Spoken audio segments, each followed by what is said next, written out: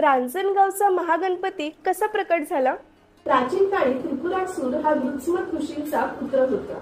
त्याने कठोर तप करून गणेशाला प्रसन्न केले आणि वर मागितले. पण त्या वरामुळे तो अहंकाराने फुगला. मी तीनही लोक जिंकून इंद्राला हरवी असं तो गरजू लागला. लवकरच त्याने सर्व देवतांना पराभूत केले. सर्व देव घाबरून भगवान शंकरांकडे धावले. महादेवांनी त्यांना अभय दिलं, पण त्रिपुरासुराचा वध करणं त्यांनाही जड गेलं. तेव्हा महादेवाने गणेशाची भरभरून स्तुती केली. त्यामुळे बाप्पा प्रसन्न झाले आणि शिवशंकरांना विजयाचा वर दिला.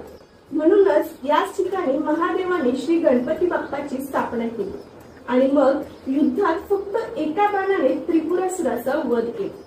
तो दिवस होता कार्तिक शुद्ध पौर्णिमा, जो आज त्रिपुरारी पौर्णिमा म्हणून साजरा होतो. ज्या ठिकाणी भगवान शंकरांना शिवपुत्र म्हणजेच गणेश बाप्पा प्रसन्न झाला ते क्षेत्र म्हणजे रांजणगाव आणि येथील गणपती बाप्पा म्हणजे महागणपती. तर अष्टविनायक यात्रेतील हे 8वे देवस्थान असलेल्या रांजणगावच्या महागणपतीच्या दर्शनाला तुम्ही गेलेले आहात का हे आम्हाला कमेंट मध्ये नक्की सांगा. गणपती बाप्पा मोरया.